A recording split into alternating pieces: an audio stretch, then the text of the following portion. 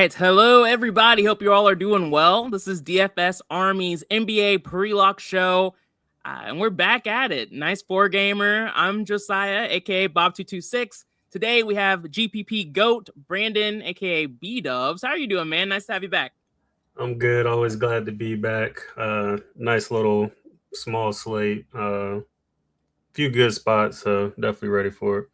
There's no Q tags. We were talking about it before the show, so at least that's a nice plus. But as we learned yesterday, Q tags don't really matter. You know, sometimes this time of the season, guys just won't play because they don't have to. And, hopefully that won't happen tonight. But, we live and we Yeah, learn. I didn't get to play last night, but I saw Brandon Ingram scratch after lock, and I was just like, Yeah. it's that time of the year. Yeah. A matchup against Utah, too. So, we forced exposure to some Brandon Ingram. It was still a good night last night. It was a good night for me. We hit on the leverage play, Kevin Durant. Jenkins, people were scared to play him, but we were over the field on him. He crushed. Walter was good. I don't think I forced too much exposure to Walter, but he showed up naturally around field weight exposure. Cooper Flag was awesome last night. We forced exposure to him. Paolo was showing up by himself a lot. Şengün was super low owned, like KD, for absolutely no reason, and both of them popped off. Chandler, Porzingis, Mamu. That's the nuts lineup, guys. We had exposure to all of them. Personally, I didn't hit the nuts or anything like that. Had the right pieces, just not all in the right lineup. I blame Brandon Ingram for a lot of that, but it's okay. We have to move on. It was a win, so we have to move forward. Good to see y'all in the chat. Steven, Thomas, Andrew, Phil. Hope all is well. I feel like I've procrastinated enough. It's time to get to this four-gamer. First game is a gigantic spread. 232.5 point total. 17.5 point spread. The Kings going up against the Hornets. Who would have thought the Hornets will have just wide of a spread? Man, what a year. What a year. But for the Kings going up against the Hornets, they don't have Russell Westbrook. They don't have Precious Achiuwa. No Clifford. Killian Hayes is out. There's enough injury pieces here that makes this team viable. With Westbrook out and with Clifford and Hayes out, you're going to see a ton of Devin Carter and Malik Monk pop up for you because they're not stupid expensive. They're priced relatively appropriately. You're also going to see guys like Daquan Plowden show up a bit more with guys like Precious Achiuwa and Nick Clafford out. So we have value options here, but how do you feel about it, man? Yeah, I mean it's a ugly game scenario. This side of the ball, I'm not as worried about. Like you said, missing a lot of guys. Only eight guys available for this team, so we'll be playing quite a few of these guys. So Devin Carter is the probably the best play on the slate. He's just kind of a free square lock in, move on. Malik Monk. If there was anybody to fade on this team, it would probably be him. He does worry me a bit. We've seen chalky Monk bust. I've lost count how many times at this point. But again, they barely have any guys available, especially at the guard position. So even if he doesn't start, he should be locked into a lot of minutes tonight. And he's going up against his old team if you like that narrative as well. Patrick Baldwin, only concern I ever have with him is how many minutes he'll get or whether he'll play at all. He's been a lot of did not play since he's on a two-way contract, but again, barely have anybody, so he should definitely get solid run, especially if it does get ugly like the spread suggests. Plowden, he'd be another one I'd be okay fading. He'll play close to 40 minutes, but at 5,200, he doesn't show enough upside to make me feel comfortable going heavy there. And then Carwell, not really on either. He's viable, but doesn't show much upside. And then Reyno and DeRozan are probably two I'm avoiding just due to their price and not a great matchup for those guys. Yeah, I don't disagree with much of what you said, Dixon, man. No. Appreciate you, man. Always appreciate the support, y'all. If you could hit the like button, that would be awesome. Helps us out a lot. Helps the boss man realize that people are actually watching this, which is always great. Yeah, I always love it when B-Dubs is here. I still don't see that Donovan Mitchell poster anywhere. I know. I like him tonight too, by the way. He keeps him hidden. Dixon, DeMar DeRozan is a bum with everyone out. Why hasn't he been shooting? He's dead to you. Probably for the best. DeMar DeRozan's one of those guys that, isn't the favorite. Malik Monk is the hammer. Yeah, I think the most important thing I've always lived by is there's no such thing as a safe Kings player. There's just not. They're always inconsistent, but they have upside, and they're cheap. And when it's a 4-gamer, we're lacking some awesome value. And so because of the hand I've been dealt, I'm almost forced to play them. I have 99% Devin Carter right now, and I have 96% Malik Monk. I could lock them, but I'm not going to. I'm just going to keep it and just ride with what I have at this point. Malik Monk is inconsistent. He has 40-point upside, though, which is all I really care about, is if he goes off tonight, he has 40-point upside. When he doesn't score 40 points, he scores like 20. So... or less. So that is a possibility. But I like the upside enough to be over the field. But I think you're right. This is a spot that I don't think it would be crazy if you just cap exposure around 60, 70% just to kind of balance things out. But I'm going balls to the wall here. And then I am going to force some exposure here. Maxime Reynaud. Isn't that how you say it? Reynaud? Yep. All right. I have a 10% min on him. He also has a ton of upside. He's priced appropriately, and this isn't really a great matchup. I haven't really liked playing bigs against the Hornets in a while, but he's seeing ownership as a 4-game slate. Worth, for me at least, matching the field to a guy who has a ton of upside. And then, of course, I am taking a shot on DeMar DeRozan, $7,300 player with 40-plus point upside, just like Malik Monk, or actually, no. There's a significantly higher chance than Malik Monk he will do terrible tonight. But for some reason, in some of these recent spots on these smaller slates, DeMar DeRozan's been good. So small one, super low ownership. I'll put a 10% min on him and call it a day. And then I am capping exposure to Patrick Baldwin Jr. at 30%. I just worry about his minute consistency, but they have enough injuries where I think he should see those minutes tonight. Just a stand I wanted to take, not get too over the field there. Yeah. I hope DDR does smash because he's in my best ball line. Oh, hey, take it to the finals. Is this the finals or where are you now? Yeah, final round. I got one line in, so. Come on, let's take it home for us, DDR. Let's make it happen. Your brother Monk in college, Dixon. What is this lore? All right. Next side of this game, we have the Hornets going up against the Kings. We know the Kings are a terrible defense. This is not a team we have to worry about from a defensive standpoint. The only real concern for Charlotte is, can this game stay close? This team's completely healthy. How are you seeing this one, man? One thing I forgot to mention last game is I am playing 20 max, so I'm very selective in the spots I'm attacking tonight. So I'm sure our approach will be pretty different. So as you can see, I didn't really force anybody in here. Pretty much just let the DS dictate how much of these guys I was going to get. I just like some of the later games a bit more, and we'll be focusing there. But let's see what I got.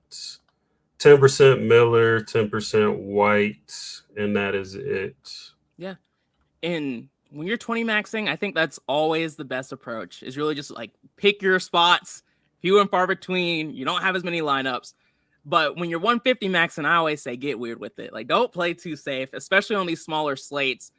I love this matchup enough. I'm willing to force exposure to it. We know what LaMelo Ball can do in a short amount of time. So even if this game does blow out, I think he still has a decent enough chance to make it into the Nuts lineup. So I'm just matching the field on him with a 15% min. Brandon Miller, we know how explosive he can be, even though we haven't seen too much of it here recently. I have a 20% min on him. Just a guy I want to be over the field on, and a pretty low price tag for the upside he can bring to the table. And the Hornets are not OKC.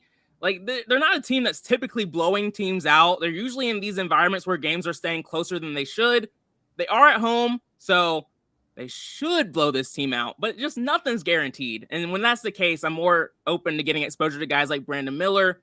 Nipple, his price tag has come down a lot. He's only 6,700. We haven't seen an explosive performance from him in a while, but the Kings have been letting guys shoot threes on them all season long.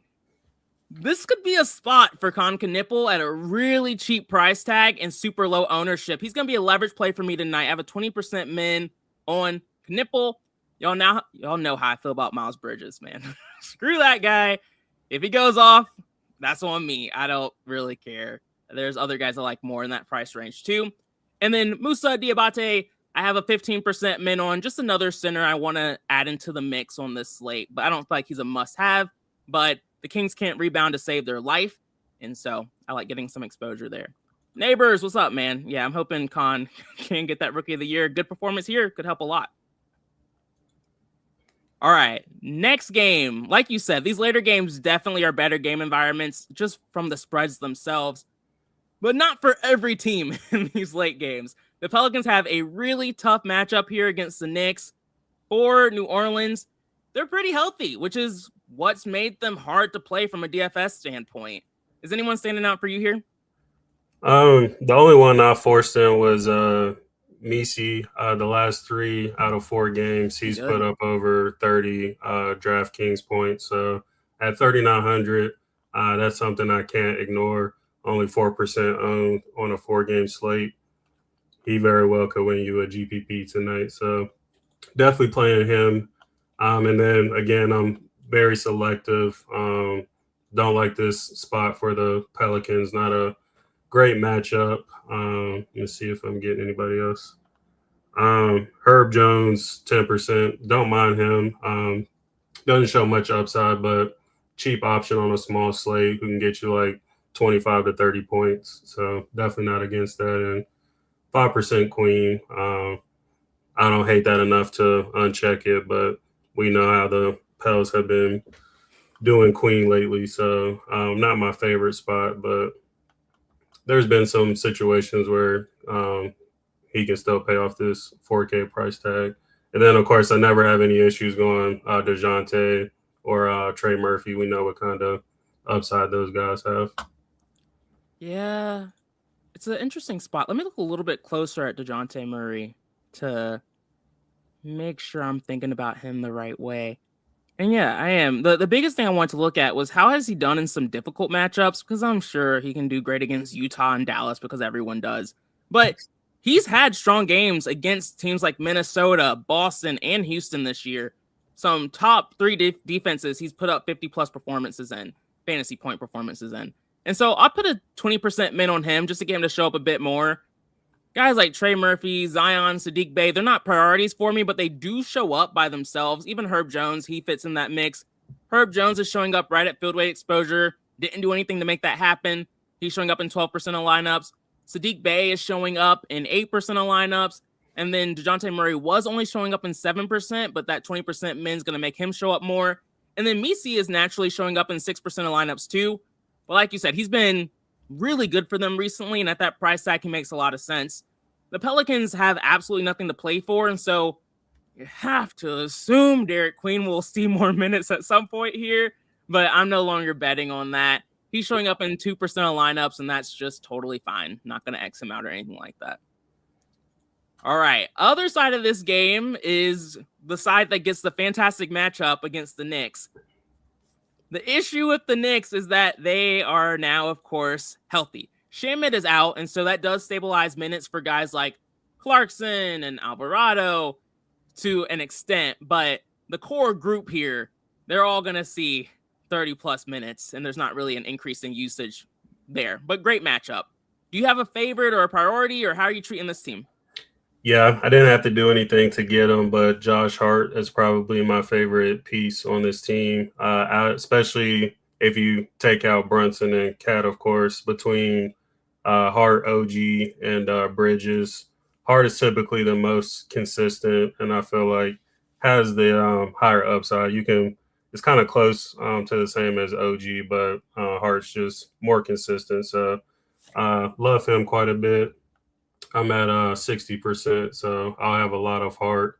And then no one else I was really passionate about to force in, mainly between Cat and Brunson, because again, I like some of the other studs in the games coming up.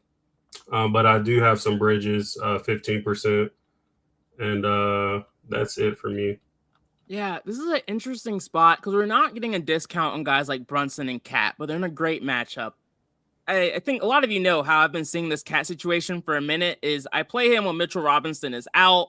Even in soft matchups, Cat has disappointed some with Mitchell Robinson in. And just because of that, I'm not going to force exposure to him. And he's not showing up by himself. And so it looks like I'll just be fading Cat on this slate. Yeah, it will be what it is. Brunson, I wish he was a bit lower owned. I like the idea if he was seeing no ownership of putting like a 5% min on him, but he is seeing ownership. And so I'm not banning Brunson, but I'm also not going to force a 10% min on a guy I don't really believe in too much on this slate. While I'm saying that, I do have OG Anunoby as a leverage play here, and it's a pure ownership play. Do I believe in OG after I played him on so many slates? No, I have zero faith in him. But the matchup is great.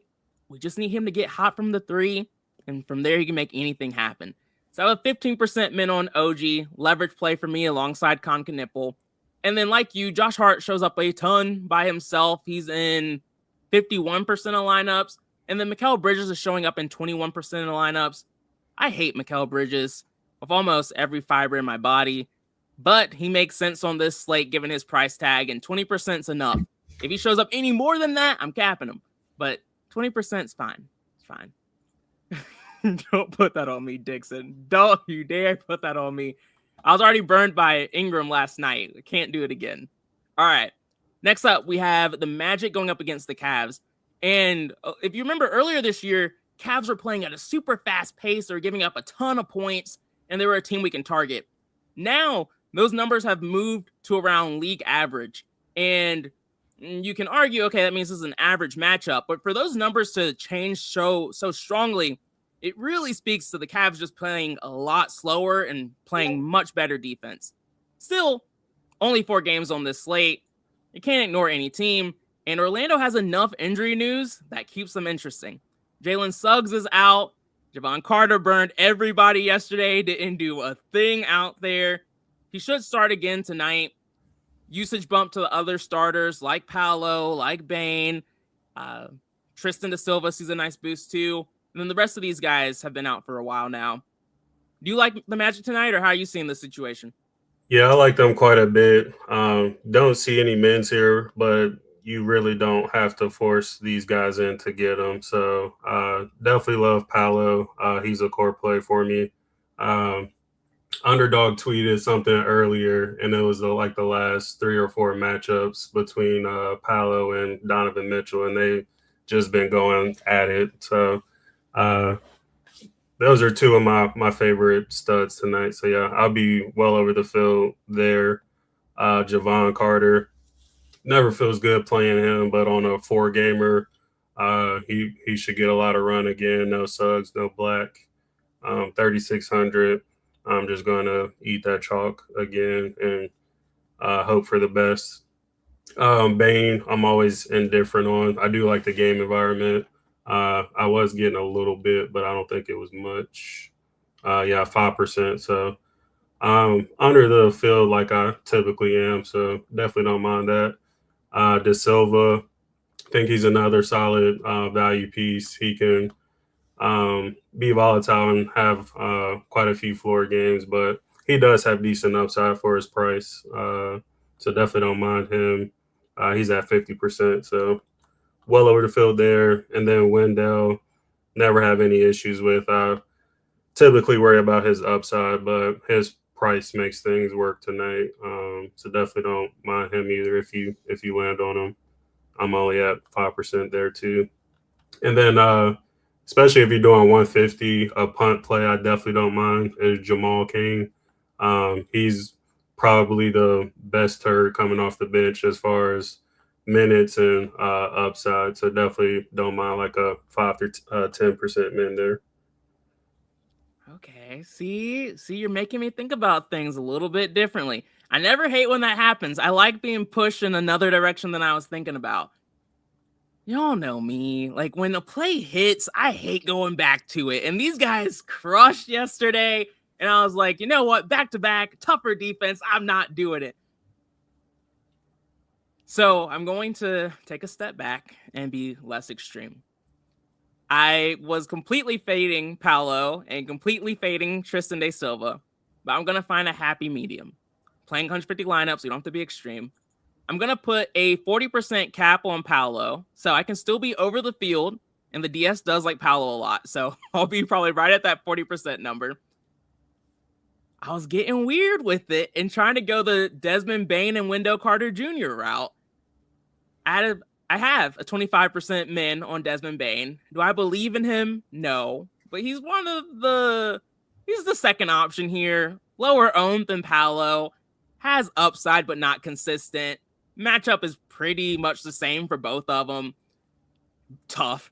And so 25% min felt right. I just wanted to make sure I kept some exposure slightly over the field.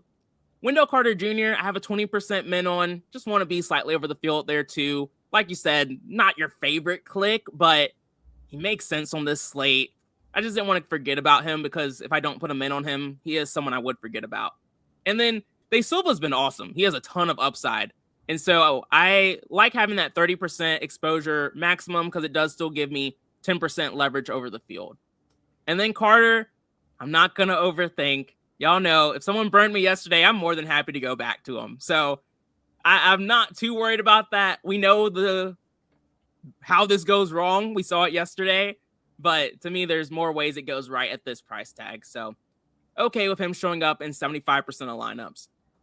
And then that's going to be it. Clegg, what's up, man? Good to see you. Dixon. I know. All right. Let's see. Next up, we have the Cavs side of this game, the side that should dominate these guys. For Cleveland, though, we know Jared Allen's been out for a while. Not new information, but still a boost to Mobley, and we see Thomas Bryant see more minutes. Then Jalen Tyson's out. Been a boost to guys like Sam Merrill and Max Strus. Outside of that, the injury news doesn't matter too much. Larry Nance is questionable, but again, he doesn't see too much run. How do you see this team? It looks like you like it. We know you're a Cavs guy. Not really a Cavs fan, but you typically like this team. Yeah. So I like a few guys here. Donovan Mitchell and James Harden the most.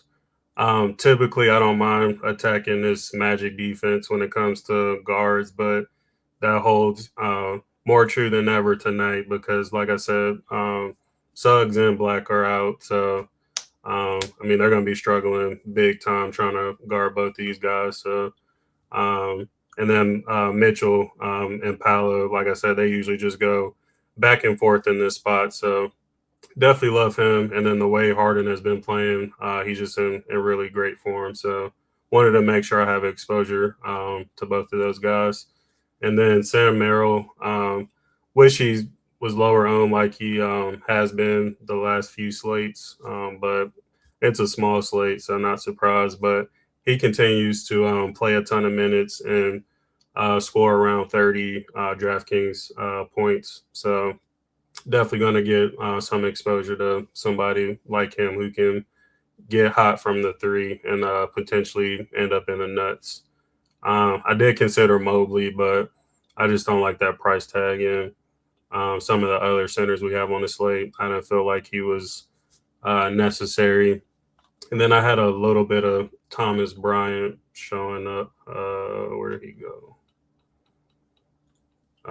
He might have fell off, but if he shows up a little bit, I wouldn't mind that either. Always worry about his minutes, but he's typically a solid points per minute guy when he does get run. Yeah, the Strus has not been loose. We haven't seen Max Strus do anything in a while, which means he'll probably do something tonight because they're talking about him. But golly, he's been tough. I don't like this team as much as you do, but I see it. I see the vision. Decent total here, 230, so nothing to really be afraid of. I don't know. I think this Donovan Mitchell and James Harden experience has just put a bad taste in my mouth here recently. I'm just kind of more like, yeah, meh on them. But on a smaller slate, we know they both still have 50, 60-point upside, so I'm not mad at it. The only guy I forced exposure to here is Sam Merrill. I just like his price tag. Plays a lot of minutes, low usage, low points per minute, guys. So not that excited about it, but a 20% min, just right there at field weight exposure. Just another value guy to add into the mix. Outside of that, I do have 11% James Harden showing up by himself and 10% Donovan Mitchell showing up by himself. So if he pops off, I'm not going to be mad at it. Just going to be under on them. And then Dean Wade is showing up in 5% of lineups. Max Strus is showing up in 3%, and Thomas Bryant is showing up in 3% as well. I didn't do anything to force that. That's all the DS. And then Keon Ellis is showing up in 2 lineups. So these guys are present, but the only one I'm really forcing in here is Sam Merrill. Last game on the slate is tied with the highest total on the slate. 6-point spread, so definitely the best game environment on the slate.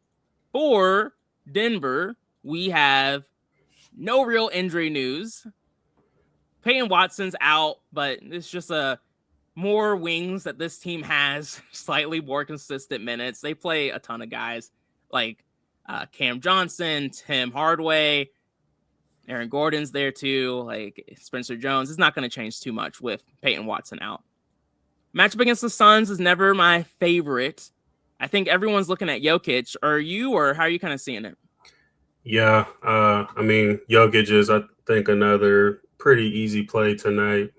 We have enough value to make him work. On the other side, I mean, they have Oso starting at the 5, so Jokic should do whatever he wants in this spot. So not overthinking that spot. And then I didn't force anyone else in. Only other 2 I considered was Jamal Murray. I definitely don't mind shots on him. We've seen him have 60-point upside before. And then Aaron Gordon, 6,400 is not too bad of a price for him, but he just doesn't show enough upside consistently for me to force it in. Yeah, it's hard to disagree with anything you said there. Jokic is showing up by himself, so I can't be mad at that. He's the stud I trust the most on this slate. That's not a surprising statement. I think everyone would say that. He's showing up in 74% of lineups right now. Totally fine with that. Significantly over the field. I like that on this slate. Jamal Murray, like you said, it's just not a priority for me. And he's not showing up much by himself. I do like Aaron Gordon, though. Like you said, he's not consistent, but he's a volatile player with upside. And he plays hard, too, which I will always appreciate. So 10% min on Aaron Gordon, $6,400 forward, and I want him to be in that power forward slot. I don't want him in that center position. If he's showing up in the center position, something is going terribly wrong. But I like him in the power forward spot, and that's pretty much it here. Unfortunate. All right.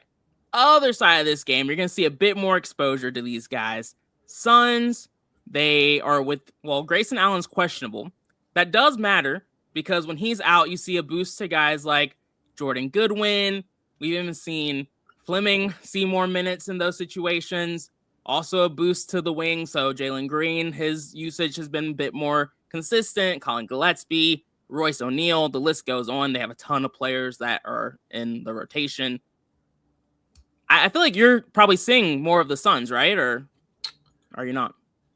A couple guys are showing naturally, like I'm getting 20% Oso. I don't mind him. He's 5K. He's had a few games since starting around like 30 to 40 fantasy points. So definitely don't mind that. Have 5% Royce. Never feel passionate enough to force him in or go over. I gave Green and Booker a lot of thought. I just don't like their price tag, which is a shame because I like this game on paper more than any other game, but neither one of these guys have been playing well enough to pay these price tags off. One guy I am considering, I might throw a 10% min on now is Gillespie. I just really like his price tag, and then if Grayson Allen gets rolled out, that'll benefit him even more.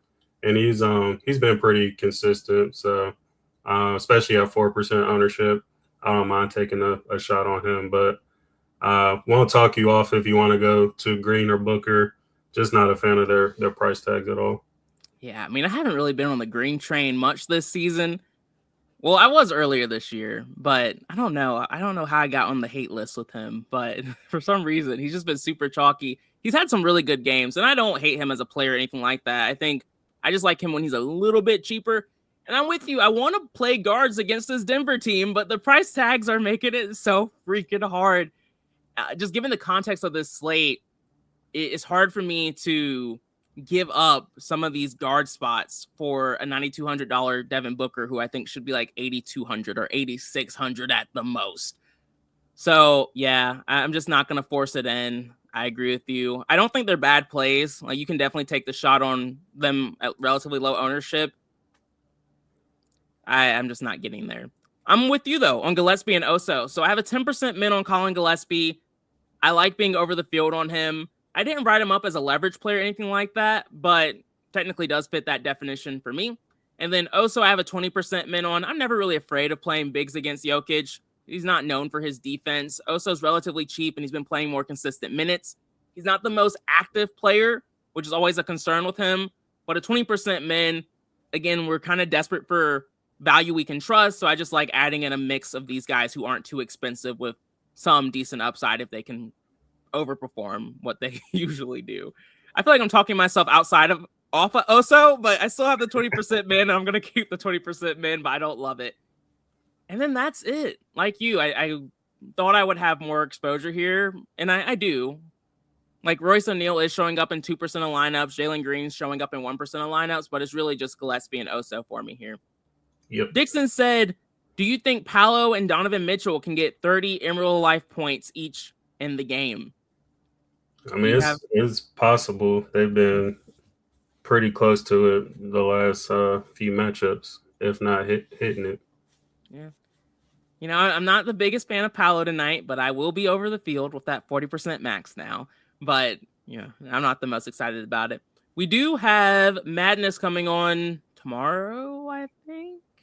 And he's someone who does props for us here at DFS Army. And so I always recommend checking that out. You can have access to that. Join DFS Army. Click the link in the description. You have to get a props subscription for that service, but they're really good over there. If you want to have access to the optimizer and DFS Army, click the link in the description. Use the code MLB2026 for a 20% discount. And then you'll have access to the Discord, the DS, and the coaches too, if you ever have any questions there. So appreciate y'all's support. Tattoo, appreciate you showing some love. I just shouted y'all out, man. Tattoo, you're so needy. No, I'm kidding, man. MLB starts Thursday, and there's going to be a pre-lock show. All right, man. I hear you. Thursday, y'all be on the lookout for that. I don't know who's going to be on there, but I'm assuming Tattoo will be, and there's a lot of good MLB coaches, so excited to see what y'all do there. But all right, y'all, it's been good. I'll see y'all tomorrow. Good luck and